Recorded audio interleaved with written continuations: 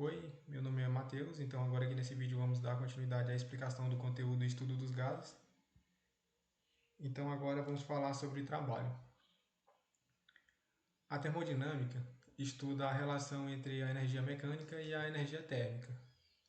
Ou seja, a energia mecânica e térmica estão relacionadas.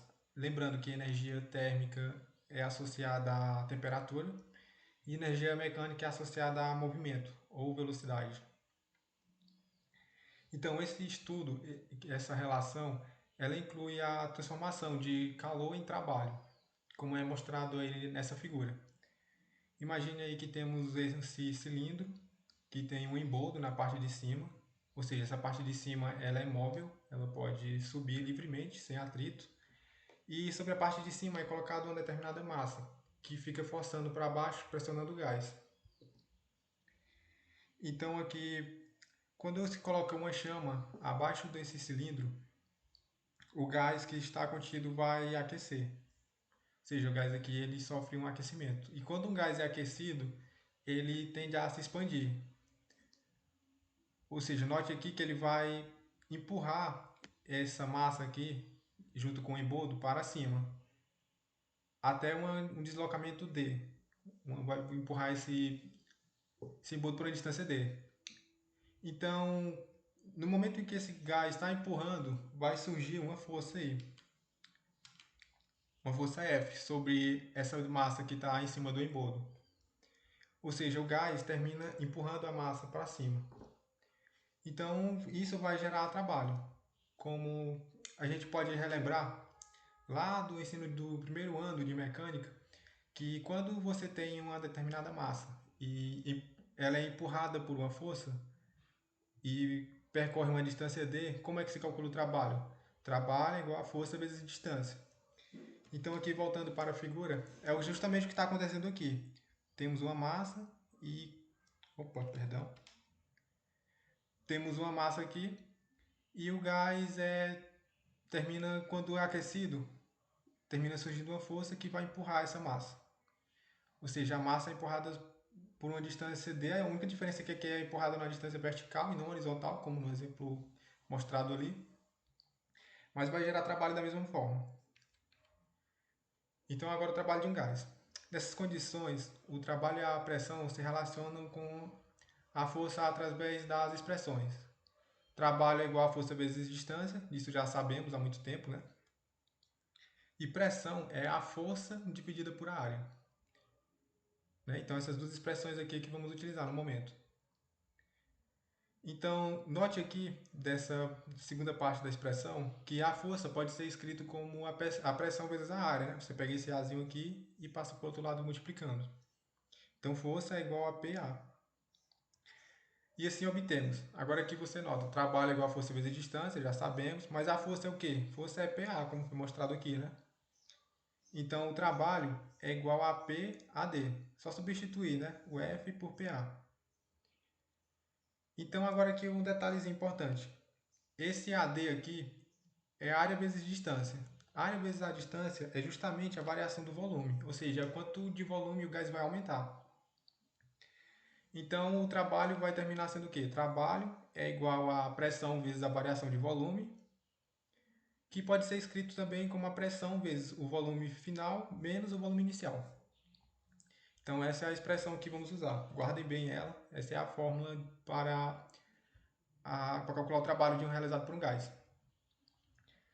Uma coisa muito importante de você saber é que essa fórmula aí, ela só é válida para transformações isobáricas. O que são transformações isobáricas? Relembrando, é transformações em que a pressão não varia. Então, se a pressão variar, aquela fórmula lá não vai servir. E como é que vamos calcular caso a pressão varie, né? Pode ser que seja necessário. Então, se você conhece o gráfico da pressão em função do volume, é possível calcular o trabalho através da área abaixo da curva. Então, temos aqui dois exemplos. Uma transformação isobárica. Note aqui que o eixo vertical representa a pressão e o eixo horizontal o volume. Então, aqui note que a pressão permanece sempre igual nesse tipo de transformação. O volume não, né? O volume vai aumentando aqui. Então, para calcular trabalho, a gente multiplica a pressão pela variação de volume aqui, né?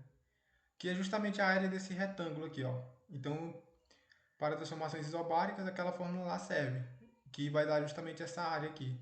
Agora, caso seja uma transformação qualquer, como essa aqui, onde a pressão varia, né? A pressão aqui, uma hora está uma certa pressão aqui, aí quando passa um momento já está um pouco maior, depois ela baixa, depois aumenta de novo. Então a pressão vai variando ao longo da transformação. Nesse caso, é preciso calcular essa área aqui, ó, destacado nessa figura laranja. Então, vamos envolver cálculo de áreas aqui, talvez seja interessante relembrar alguns conteúdos de geometria. Não é nada muito difícil, acredito que vocês até já saibam disso. A área de um retângulo é a base vezes a altura. Isso, obviamente, acredito que vocês já sabem. A área de um triângulo é a base vezes a altura dividido por 2. Note que um triângulo é a metade de um retângulo, né? Por isso a fórmula é bem parecida, só que aqui tem 2 embaixo. E um trapézio também pode acontecer. Essas são as figuras mais comuns que vocês vão se deparar na resolução de questões. A área de um trapézio é a base maior mais a base menor vezes a altura dividido por 2. Né? Temos aqui a base maior, aqui a base menor, aqui a altura, esse Hzinho aqui, e divide por 2 no final. Aqui é só um exemplo de trapézio, tá? Ele pode ter várias formas, como é mostrado nesse laranja. Esse azul aqui também é um trapézio, esse verde também. Então, essa fórmula aqui serve para qualquer um deles. Você só identifica base maior, base menor e altura e aplica na fórmula direto. Então, vamos a um exemplo aqui. Um gás ideal passa por uma transformação na qual a pressão varia em função do volume do gás, de acordo com o gráfico a seguir. Determine o trabalho realizado pelo gás durante essa transformação. Então, como vimos aqui, o trabalho pode ser determinado através da área aqui, né? Até já está destacado no gráfico, a área dessa figura azul. Então, se você quiser, né, você pode dar uma pausa aqui no vídeo e tentar fazer por conta própria. Então, vou avançar aqui e dar a resposta, tá? Então, como é que resolvemos isso aí? Primeiro, temos que lembrar que o trabalho é igual à área da figura. Então, a área desse trapézio azul é um trapézio, tá? Essa figura. Ou seja, como é a área de um trapézio? É a base maior mais a base menor vezes a altura dividido por 2. Então, essa fórmula é conveniente você lembrar. Então, vamos identificar agora aqui a base menor, a base maior e a altura. Então, está aqui. Note que esse trapézio é como se ele tivesse deitado, tá? Tipo, é como se ele tivesse girado aqui.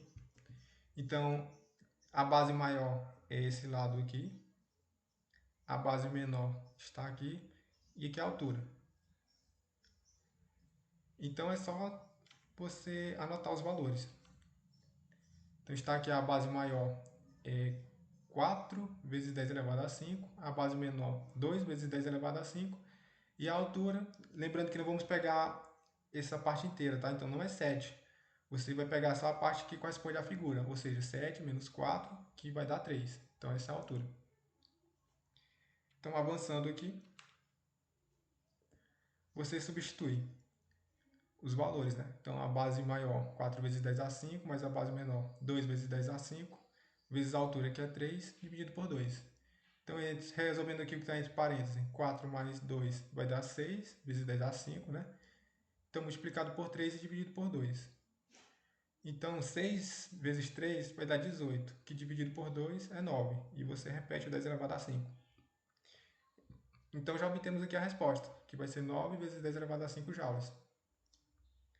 Então, é uma coisa bem simples. Então, agora aqui vamos falar sobre a energia cinética de um gás perfeito. Então, o que é a energia cinética? É uma energia associada a movimento. Ou seja, a gente sabe que um gás é composto por várias partículas. Nesse caso aqui são átomos, né? É um gás monoatômico, ou seja, todas as moléculas têm apenas um átomo. Então você imagina vários átomos aí se movendo rapidamente, se chocando entre si, se chocando com a parede a uma velocidade diferente, né? Cada átomo possui sua própria velocidade. Então aqui, cisco no meu olho.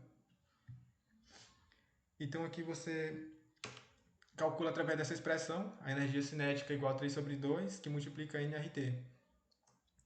Lembrando que esse N é o número de mols, né? Esse S é a energia cinética. O R é a constante universal dos gases, que a gente já viu que pode ter dois valores, dependendo das unidades utilizadas. E o T é a temperatura em Kelvin. Então você não pode utilizar a temperatura em graus Celsius. Isso tem que ficar muito claro.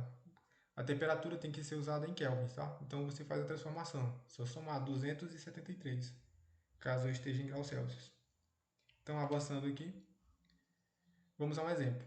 Calcular a energia interna, então, de 3 mols de um gás, né, monoatômico, a uma temperatura de 37 graus Celsius, dado R igual a 8,31 Joule por mol Kelvin.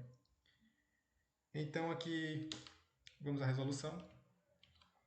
A fórmula é essa, né, energia cinética ou energia interna. Então, esse S aqui às vezes é utilizado como U, mas é a mesma coisa, tá? É a energia interna, a energia cinética, enfim. Então é 3 meios de nRT.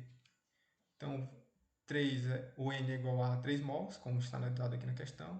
O R é 8,31 e o T é 37 graus Celsius. Lembrando que é necessário transformar em kelvins, ou seja, você soma 273 e dá 310 Kelvin. Então agora é só substituir direto na fórmula. Então vai ficar a energia cinética ou energia interna é igual a 3 meios, que multiplica 3, que multiplica 8,31, que multiplica 310. Então você faz aí até na calculadora e vai obter a resposta final aproximando, tá? Isso é uma aproximação, aproximadamente isso daí, ó. 11.592 joules. Então é só você fazer a transformação aqui de graus Celsius em Kelvin e aplicar direto na fórmula, que não tem segredo nenhum. Então por enquanto é isso. Vai ser postado outro vídeo com a resolução de algumas questões. Então vocês podem assistir depois, tá? Então até mais.